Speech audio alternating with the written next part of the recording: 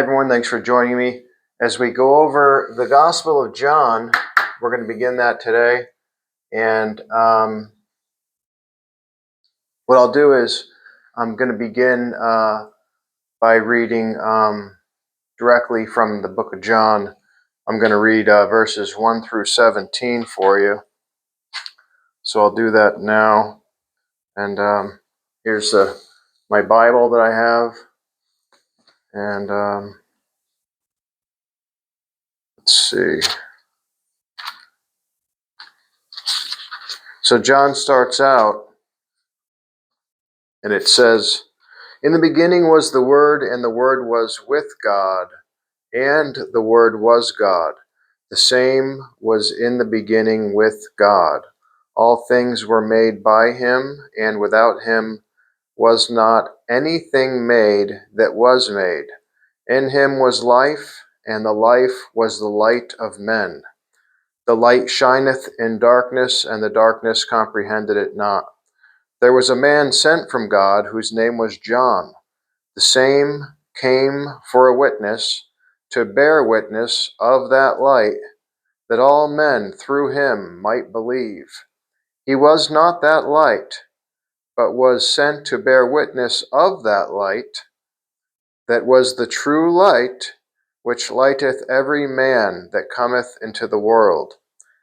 He was in the world, and the world was made by him, and the world knew him not. He came unto his own, and his own received him not. But as many as received him, to them gave he power to become the sons of God, even to them that believe on his name, which were born not of blood, nor of the will of the flesh, nor of the will of man, but of God. And the Word was made flesh, and dwelt among us. And we beheld his glory, the glory as of the only begotten of the Father, full of grace and truth. John bare witness of him, and cried, saying, This was he of whom I spoke. He that come after me is preferred before me, for he was before me. And of his fullness have all we received, and grace for grace. For the law was given by Moses, but grace and truth came by Jesus Christ." So that was the first 17 verses of the book of John. And so that's how I wanted to begin. Too much to try to I actually memorized that, most of that, in the past, because it's something that is an important part of John for Rosicrucians. There's a lot of important stuff in that. Verses 8 and 9 say John was not that light, but was sent to bear witness of that light, that was the true light, which lights every man who comes into the world. And the book of John begins by describing Jesus as the Word, or God becoming flesh, which means a physical man. And it describes Jesus as the light of the world in verses 8 and 9. Therefore, I think this is a good time to suggest spelling Son of Man S-U-N, not S-O-N. But it depends on what we're talking about here. So the Bible refers to Jesus as a son in two different ways. And it keeps doing it, and I think that they get confused. It refers to Jesus as the Son of Man, but it also refers to him as the Son of the Father. And he's certainly not, I'll explain a little bit more in a moment, but he's certainly not the Son of Man, S-O-N, but as I'm explaining, he is the S-U-N of man, while he's the S-O-N of the Father. So Jesus is the Son of Man, not the, he's the S-U-N of man, not the S-O-N. After all, Jesus is described as the light of the world, and the light comes from the S-U-N. And Jesus is described as the Son of God, not of man. And when I say that, I mean the S-O-N. So Jesus is described as the S-O-N of the Father, not of man.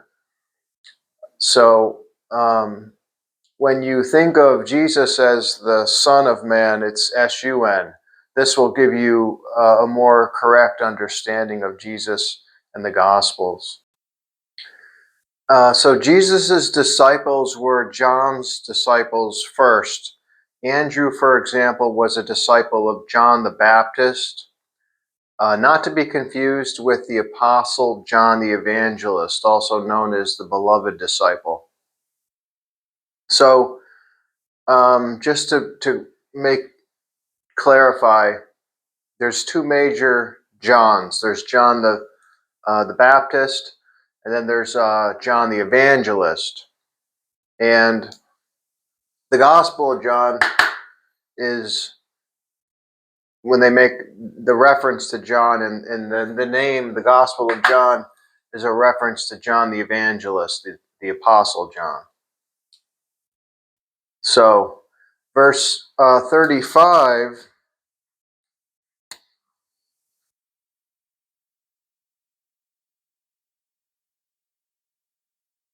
we'll take a look at verse 35. Verse 35 says, "Again, the next day John stood, and two of his disciples," and verse 37,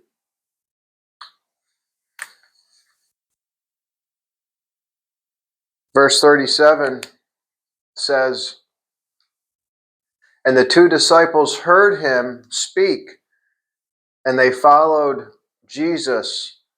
And verse 40 says, "And one of the two which heard John speak and followed Jesus was Andrew, Simon Peter's brother." And so that's verse 40. I thought I put these verses up here already, but next we'll go over verse 42.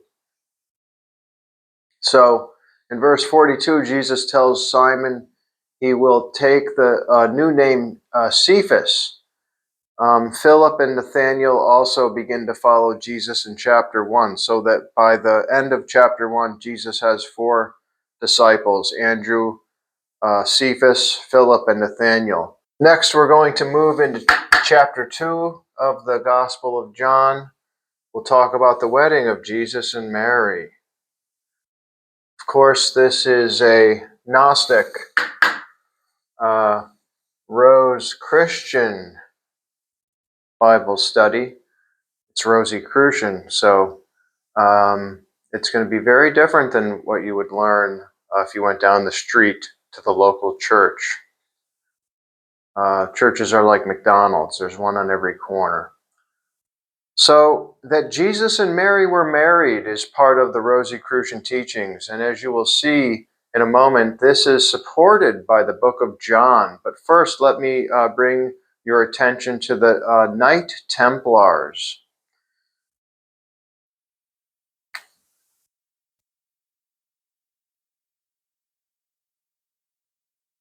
You can study about the Knight Templars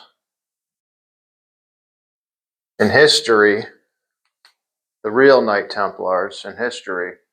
Most Freemason Knight Templars today aren't really Knight Templars, just like most Freemasons today aren't really Freemasons. They just pretend. They're speculative Masons. Real Freemasons or real Freemasonry ended when operative Freemasonry turned into speculative Freemasonry. The proof is in their own title. The difference is speculating as opposed to operating. Real Freemasons They don't speculate about Freemasonry. They operate as craftsmen. This is why the Rosicrucian teachings refer to Freemasonry as an empty husk or shell compared to what it was and should be. But if you look hard enough, you can find real Freemasons in Freemasonry, and even real Knight Templars. Like Timothy Hogan, for example, whose work I follow very closely. Check out Timothy Hogan on YouTube or Gaia, as he explains truths about the Templars that are unknown. For example, the Knight Templars broke into ossuaries and discovered the remains of certain key figures like Jesus and Mary. So the idea that there is no historical evidence of Jesus is untrue. The Templars also made other discoveries the church wanted to keep secret. For example, they discovered that Jesus and Mary Magdalene were married. So Jesus is at this wedding in Cana, a town in Galilee, and they run out of wine at the wedding. And verse 3, check out verse 3.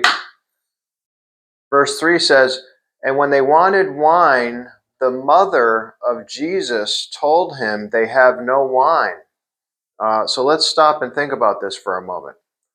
If you were a guest at someone else's wedding, are they going to come and tell you that they ran out of wine? Are you going to concern yourself with providing wine, being a guest? Of course not. It suggests that it was Jesus's wedding or someone in his family. But verses 9 and 10 verify that it was Jesus' wedding. Verses 9 and 10, check out verses 9 and 10. Verses 9 and 10 say, "When the ruler of the feast had tasted the water that was made wine, he didn't know it was from water and that it was a miracle. But the servants knew. The governor of the feast called the bridegroom and said, 'Every man puts out good wine at the beginning, and when men are drunk, then that which is worse. But you have kept the good wine until now.'" And Jesus was the one who provided the wine, and he referred to him as the bridegroom. But that's not it, folks. There's more. John also refers to Jesus as bridegroom. And I apologize, I couldn't really fit it in at the end there. I had to squeeze it in. But I'll show you where John also refers to Jesus as the bridegroom. In verses 29 and 30, John the Baptist says, "He that has the bride is the bridegroom, but a friend of the bridegroom who stands and hears him rejoices because of the bridegroom's voice. Therefore my joy is fulfilled. He must increase, but I must decrease." Now, in context, if you read the whole thing and you understand, John is referring to Jesus. This is another example of Jesus being referred to as a bridegroom or the bridegroom. But again, Jesus is referred to as the bridegroom. Let's acknowledge Mary as the bride.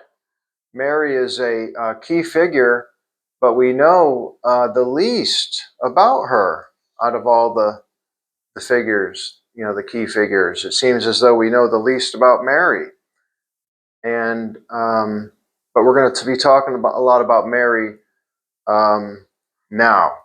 As I go over the Gospel of John, you'll see we're going to be talking a lot about more and more about Mary, especially after the crucifixion. We'll talk about Mary. So we know the least about Mary. Only fragments of the Gospel of Mary exist. So it wouldn't really make sense to include it in the Bible, unfortunately. If that weren't the case, I would say that it would make a lot of sense to include it, and I would ask why didn't they include it. But I've seen there's a few different Gospels of Mary, and each one is only very tiny fragments of it. Fragment of it exists out of the entire Gospel. There's a small fragment, and there are a few different versions that still exist. I think the question is. Were copies of the Gospel of Mary intentionally destroyed, or were sections removed? And I think so. I would say yes, in my opinion. Especially when you look at the Gospel of Mary and what it talks about. The Gospel of Mary is interesting as it presents a conflict among the apostles. After the crucifixion, the apostles were petrified and scared to death that they were going to get crucified. They were unable to continue the mission given to them by Jesus. And then Mary strengthens the apostles as the new leader by encouraging them to continue. So in the Gospel of Mary, Peter asks Mary to be the new teacher. She accepts the role. Then Andrew accuses Mary of presenting a false teaching. Next, Peter insults her for being a female. And then some of the apostles sided with Mary and others with Peter. And we will consider this again later when we go over the Nag Hammadi scriptures. But we know that Satan was trying to use Simon because Jesus talked about it. Here I'm going to move into chapter 4. In chapter 4, we're going to talk about the disciples of Jesus baptizing more people than John. They don't talk about that at church.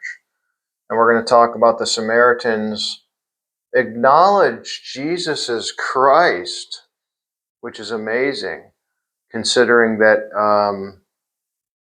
the Jewish religious authorities wouldn't acknowledge him as Christ, and he was also rejected by the people of his own town, most of the people of his own town. And that's why he says that a prophet is honored except for among his own people. Chapter 4 begins with verses 1 and 2 saying Jesus' disciples baptized more people than John the Baptist. But when you go to most churches today, they mention John's baptism of water, but they don't talk about the baptism of Jesus performed by the disciples. And it was a different baptism according to the scriptures. John's baptism was a water baptism, but Jesus' baptism is a Holy Spirit baptism.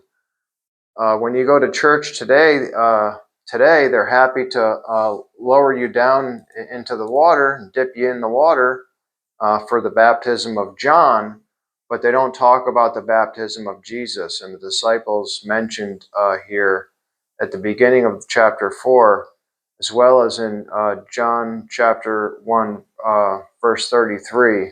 Jesus asks a Samaritan woman at Jacob's well for a drink. She ends up realizing Jesus is the Christ, and she goes and tells other Samaritans and people, and they spread it around.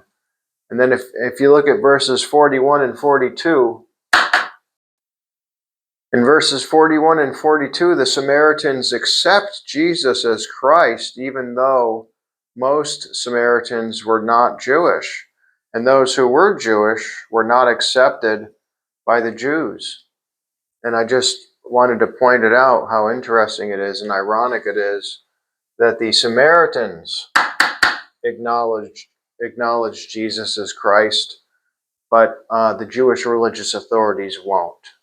All right, next we're going to move into chapter 5 here. We'll talk about Jesus teaches karma and so forth. So,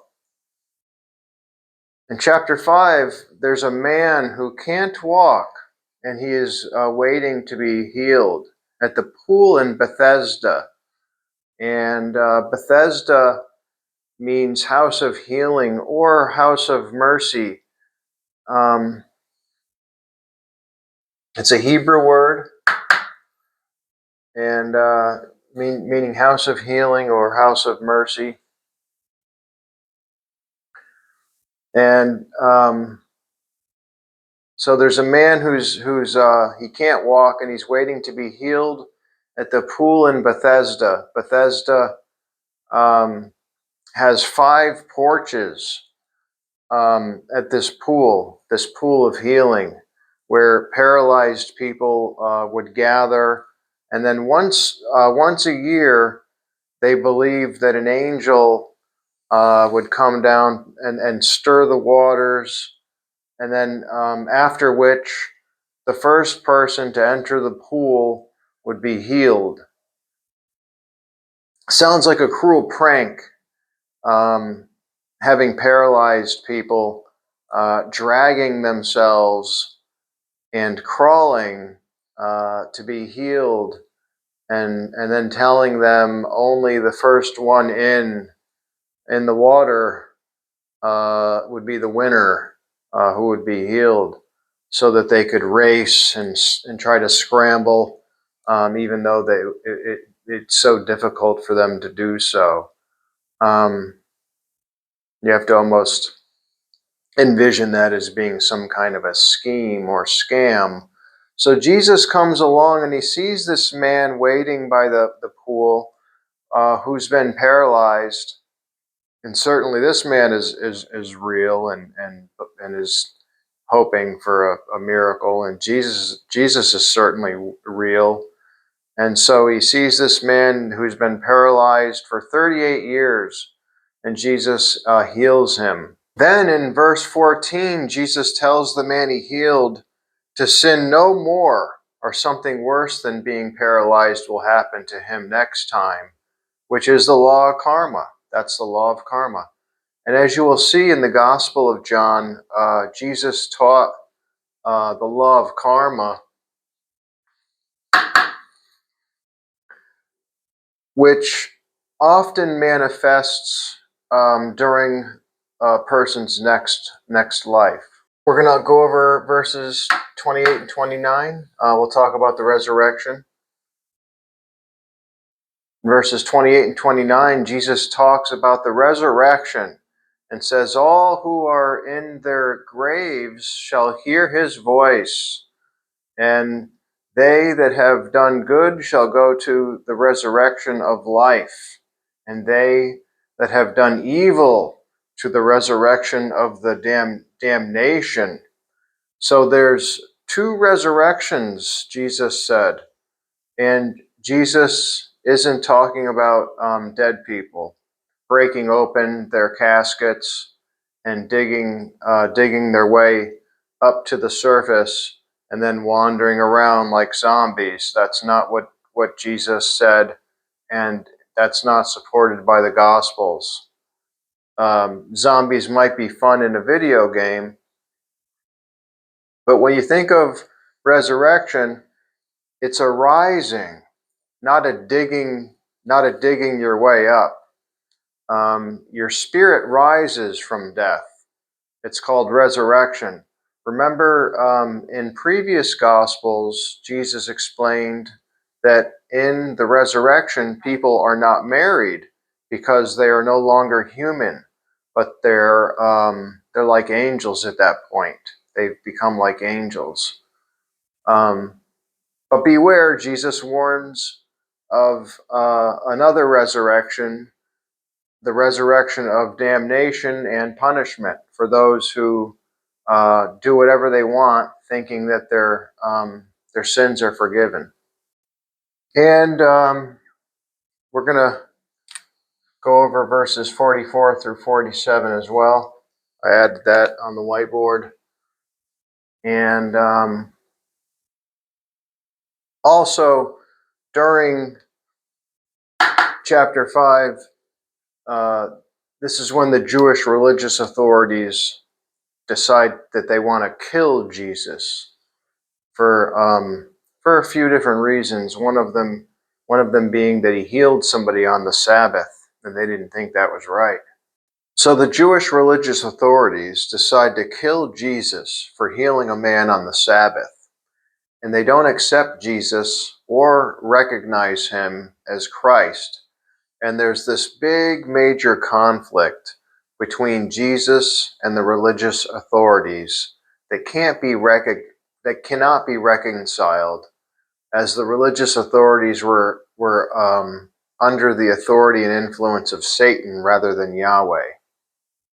Meanwhile, Jesus and the angel of God, the angel Gabriel, who prepared Jesus' mission for him, they both represent Yahweh. And when Jesus refers to the Father in verse 26, he's referring to Jehovah, which is another name for Yahweh. And at the end of chapter 5 of the book of St. John, in verses 44 through 47, this is what Jesus says to the religious authorities. How can you believe who seek honor from one another and not the honor that comes from God only? Do not think I will accuse you to the Father.